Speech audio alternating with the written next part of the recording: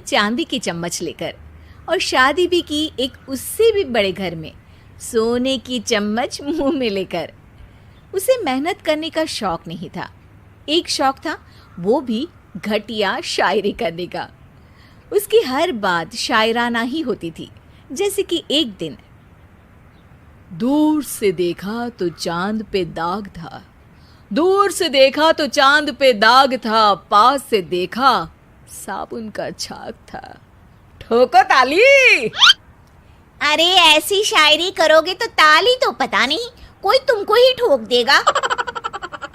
शायरी वो बिल्ली है जो किसी का भी रास्ता रोक दे, और क्या मैं किल हूं जो कोई मुझे ठोक दे।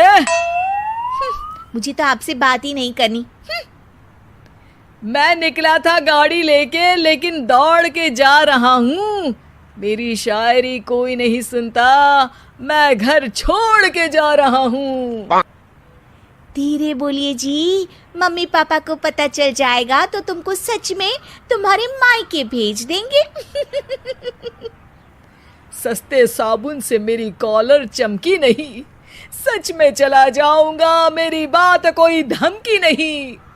अगर शायरी ही सुनानी है तो सुनाओ, लेकिन कोई काम धंधा भी तो करो।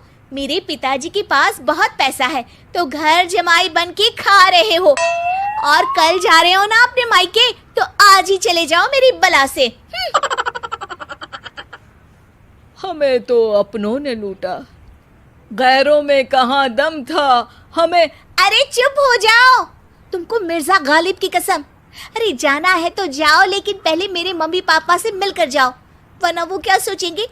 लेकिन विकी अकेले ही अपनी कार लेकर अपने मायके यानी कि अपने खुद के घर पहुंच जाता है।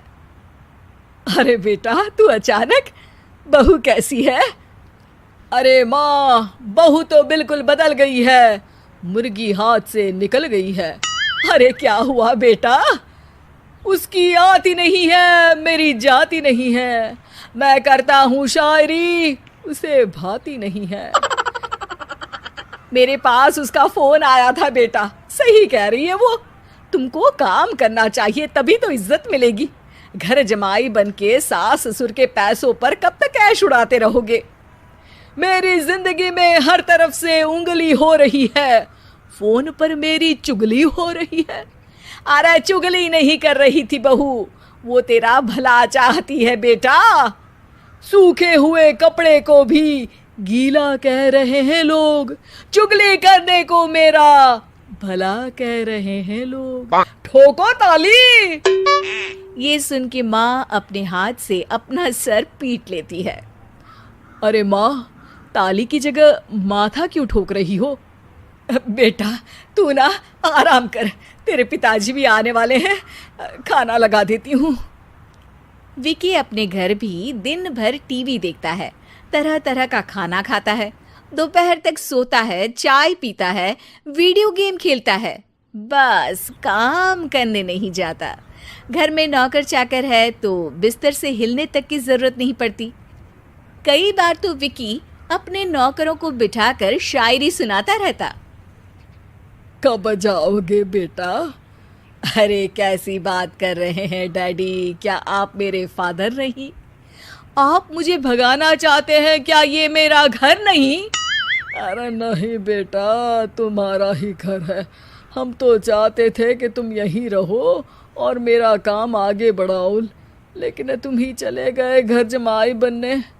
अरे मेहनत तो गधे भी करते हैं, मैं अच्छी किस्मत लेके पैदा हुआ हूँ।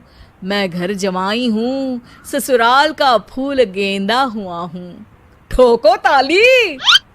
पिताजी और माँ सच में ताली बजा देते हैं। ऐसा पहली बार होता है जब विकी की शायरी पर किसी ने ताली बजाई हो।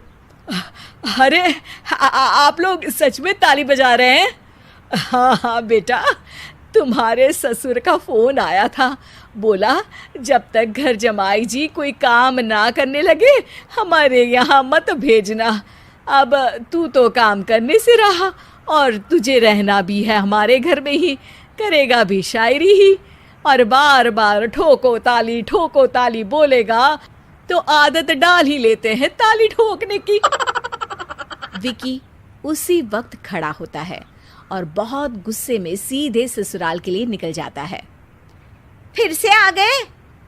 लेकिन सुमन को देखते ही विकी पिघल जाता है। अब सुमन, आई एम सॉरी, आज से ना मैं सिर्फ शायरी ही नहीं बल्कि काम भी करूँगा। तुम अपने ऑफिस में बात कर लेना, कोई भी मेहनत का काम कर लूँगा। मैं घर जमाई बन के रहूँगा, लेकिन काम करूँगा और इज्जत से रहूँगा। मतलब सिर्फ तुम नहीं आए हो, तुम्हारे साथ तुम्हें अकल भी आ गई है। मैं अपने कारखाने का मैनेजर बनाता हूँ तुमको, कल से मेरे साथ चलना वहाँ। थैंक यू ससुर जी। थैंक यू से काम नहीं चलेगा, एक शायरी सुनानी पड़ेगी।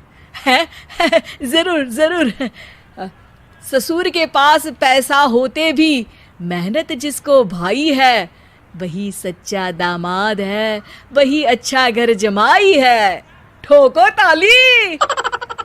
सब विकी की शायरी पर ताली ठोक देते हैं।